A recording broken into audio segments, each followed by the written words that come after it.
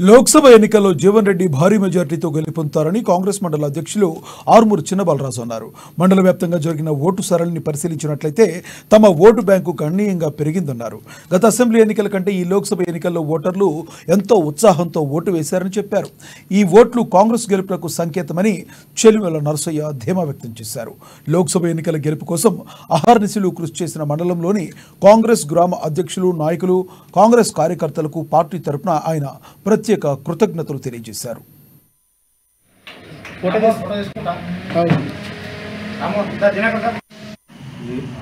ఈరోజు జరిగినటువంటి ఎన్నికల సమరంలో కాంగ్రెస్ పార్టీ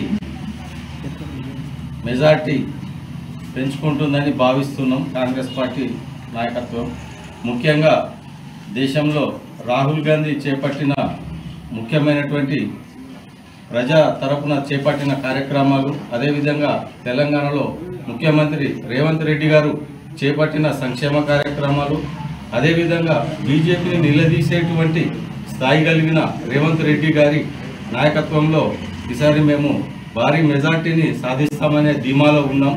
ప్రజలు కూడా మరి మాకు అనుకూలంగానే తీర్పునిస్తారని చెప్పి ఇప్పుడు పోలింగ్ సరళిని బట్టి మాకు అర్థమైంది.